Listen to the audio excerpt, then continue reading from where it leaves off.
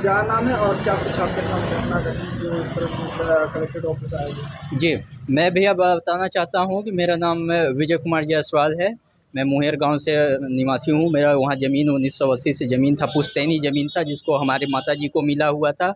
माताजी के नाम से ज़मीन था और वहाँ हम 2003 से घर बना करके रह रहे हैं। 2003 से वहाँ कंटिन्यू घर बना करके ग्राम मुंगेर में रह रहे हैं। और 2010 में हमारा ज़मीन पर चला गया था। रिलायंस कंपनी भूमि अधिग्रहण अधिनियम के तहत ज़मीन अधिग्रहित कर लिया था। इसके जो कि रिलायंस कोल माइंस वो वहाँ अभी भी संचालित हो रहा है। तो सबसे बड़ी समस्या ये है भैया कि हम उस टाइम में मैं पढ़ाई कर रहा था तो हम वही जो 10वीं 12वीं के बाद ग्रेजुएशन करते हैं, ग्रेजुएशन की पढ़ाई कर रहा था। तो जब कंपनियां हमारी ज़मीन अधिग्रहित कर रही थी उस टाइम में मैं गया तो कंपनियों से बोला कि सर मैं तो ग्रेजुएट लड़का हूं, हमको आप नौकरी दे दीजिए हमारे योग्यता के अनुसार। तो बोले यहाँ ग्रेजुएट का तो कोई नौकरी नहीं है हमारे पास, ग्रेजुएट वाले को हम नहीं लेते हैं, ये नॉर्मल जो तुम बीए क्या करते हो, हम बोले बीकॉम करते हैं। तो बोले बीकॉम वाले को तो हम नहीं रखते हैं, हमारे पास नौकरी नहीं है, तुम टेक्निकल अगर कोर्स कर लोगे तो टेक्निकल रहोगे तो रख लेंगे। तो हमने आईटीआई किया। आईटीआई करने के बाद गए उनके पास तो उन्होंने बोला कि क्योंकि आईटीआई तो कर लिए हो लेकिन तुम्हारा इसमें एक्सपीरियंस नहीं है। तो हम बोले सर एक्सपीरियंस के लिए क्या करना होगा? तो बोले ठीक है तुमको 100 रुपये पर डे हम देंगे, साल भर तुम हमारे साथ यहाँ अप्रेंटिस करोगे, इसके बाद हम तुमको नौकरी देंगे। तो हम एक दिन में 100 रुपये पाते थे उस टाइम में और साल भर रिलायंस कोल माइंस में ही हमने अप्रेंटिसशिप के नाम पर साल भर अपना काम करके उनको 8 घंटा पर डे में अपना सर्विस दिया।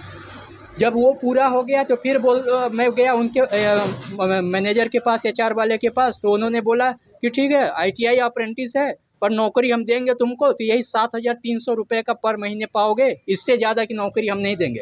हमने उनके पास बात रखा कि सर ये बताइए अदर लोग तो यहाँ 1-1 लाख रुपए पर मंथ पा रहे हैं, ऑपरेटर हैं, डंपर ऑपरेटर हैं, मैकेनिक हैं, इलेक्ट्रीशियन हैं और मेरा भी आईटीआई इलेक्ट्रिकल से है, तो आप हमारा पेमेंट 7,300 रुपया क्यों देंगे?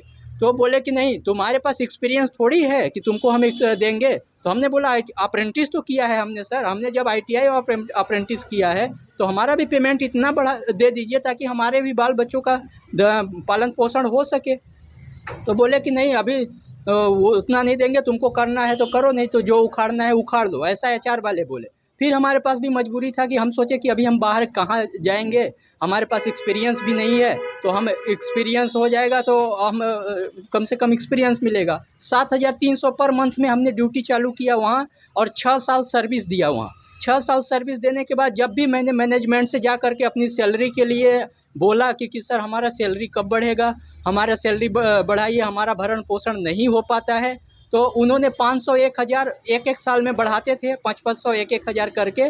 और 2019 तक हमने वहाँ कंटिन्यू सर्विस करते रहा। तो उन्होंने बोला कि आप इतने आप जब भी उनके पास मैं जाता था नौकरी पेमेंट बढ़ाने को मुद्दे को लेकर के, तो उन्होंने यही बोला कि आप भी जाइए बाहर का कंपनी का एक्सपीरियंस ले करके आइए, हम भी आपको 60,000 रुपये पेमेंट देंगे यहाँ के डंपर ऑपरेटरों का जितना देते हैं।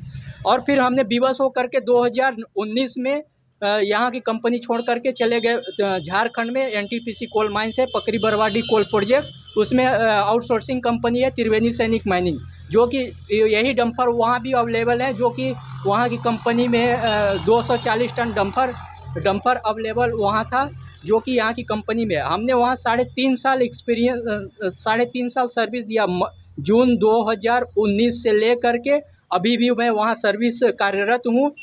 तो 3.5 साल का एक्सपीरियंस हो गया, लेकिन ये कंपनी वाले आज दिन तक मुझे नौकरी दोबारा नहीं दे रहे हैं। एक बार रिलायंस के एचआर के जो रमेश तिवारी हैं, भर्ती डिपार्टमेंट देखते हैं, हमारे ही कंपनी के 15-20 ऑपरेटर आ रहे थे, उसी टाइम में मैंने उनको अप्लाई किया, अपना बायोडाटा भेजा और फ़ोन किया, तो उन्होंने बोला कि आपका एक्सपीरियंस जिस दिन 3 साल का हो जाएगा उस दिन मैं आपको कंपनी में नौकरी देंगे। ये उनका लिखित प्रमाण है, इसमें उन्होंने खुद लिखा है कि देखिए आपका एक्सपीरियंस जो है कि 3 साल से कम है, इसलिए आज हम आपको कंसाइडर नहीं कर सकते हैं।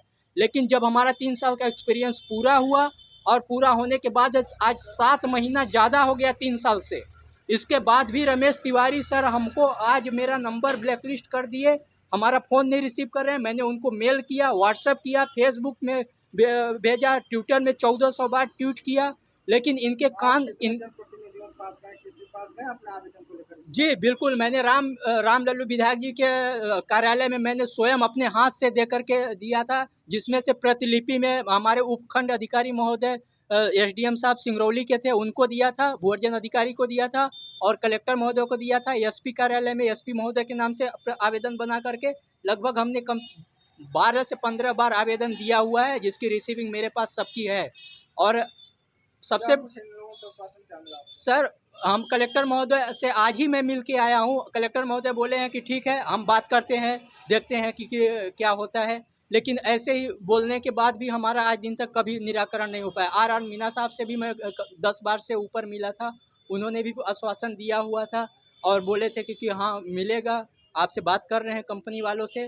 तो मैं ये जानना चाहता हूँ कि रिलायंस कोल माइन प्रबंधन इतनी बड़ी तोप है कि हमारे जिला प्रशासन और जनप्रतिनिधियों का नहीं सुनते हैं और पब्लिक का नहीं सुनते हैं, और उसकी ज़मीन और घर द्वार सब कुछ लूट लेंगे और ज़बरदस्ती बाहर के लोगों को 60,000 70,000, यहाँ डंपर ऑपरेटरों का 1.5 लाख तक पेमेंट है, उनको देने के लिए उनके पास वैकेंसी है और यहाँ के विस्थापित को देने के लिए उनके पास जगह वैकेंसी और नहीं है। ये इनकी एक ढकोसला है, नौटंकी है, नाटक है, सिर्फ ये नौटंकी करते हैं। मैंने बताया जो बात कि अगर अनपढ़ आदमी जाता है उनके पास नौकरी के लिए तो वो बोलते हैं कि हमको पढ़ा लिखा चाहिए, पढ़ा लिखा जाता है तो बोलते हैं कि हमको टेक्निकल चाहिए, टेक्निकल आदमी जाएगा तो उसको बोलते हैं फिर कि हमको एक्सपीरियंस वाला चाहिए। और हमने इन सभी प्रक्रियाओं से गुजरते हुए आज जब हमारे 3.5 साल का एक्सपीरियंस हो गया है तो आज हमारा वो लोग फ़ोन उठाना बंद कर दिए हैं, हमारा मोबाइल नंबर ब्लैकलिस्ट कर दिए हैं। क्या चाहते हैं आप? हम चाहते हैं कि या तो हमको नौकरी दें जो हमारे पास योग्यता और एक्सपीरियंस है और जितना डंपर ऑपरेटर का पेमेंट है, अन्यथा हमारी ज़मीन वापस कर दें, हमारा ज़मीन वापस कर दें, हम उनके पास नौकरी मांगने नहीं जाएंगे।